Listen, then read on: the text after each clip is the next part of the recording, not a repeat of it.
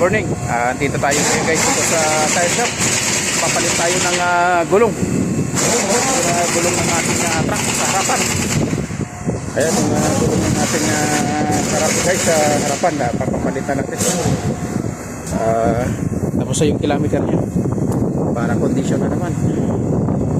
At ayun yung ipapalit. Yung harapan yan na gulong yung papalit sa harap.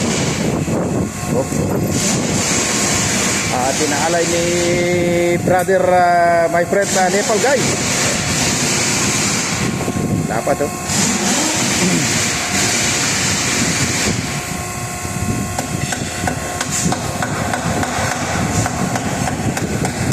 harap. Yan yung wheel alignment.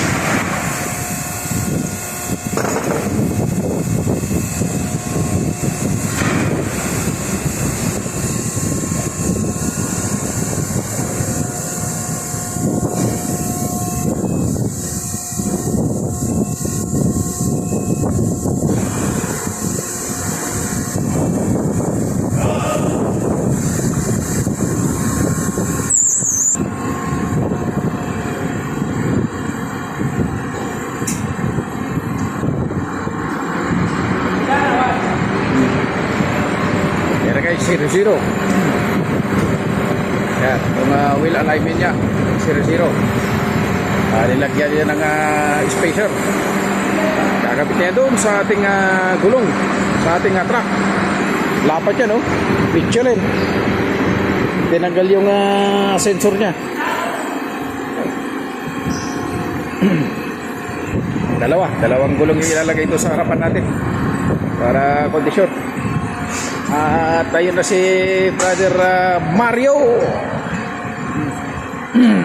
Bibirahin na ni brother Mario.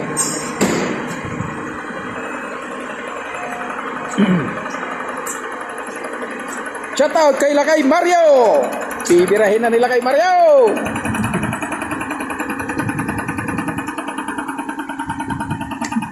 Pitak-pitak na. Pitak-pitak na yung ating gulong, oh.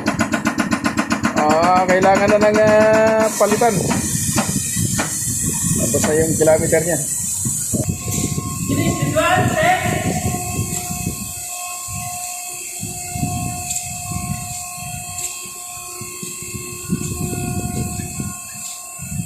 Yan, daming gulong. Daming gulong dito na brand new. Puro Goodyear.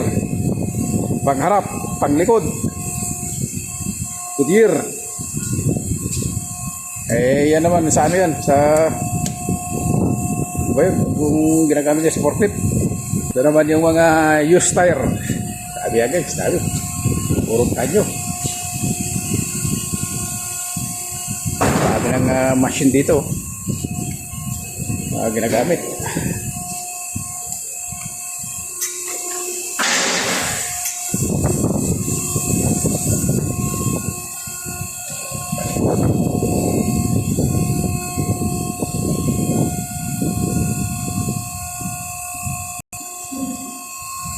Lapat ng gulong na yan guys, so pangharap.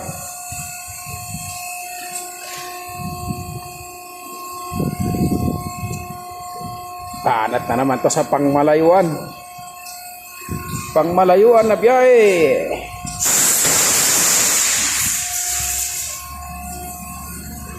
Ulit pa yung ano yan, yung serial number. Ulit pa yung isa.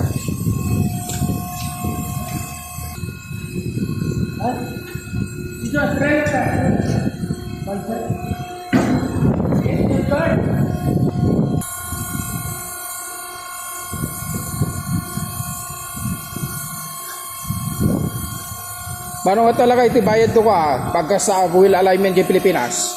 Naging na siguro na. Oh. Naging na siguro.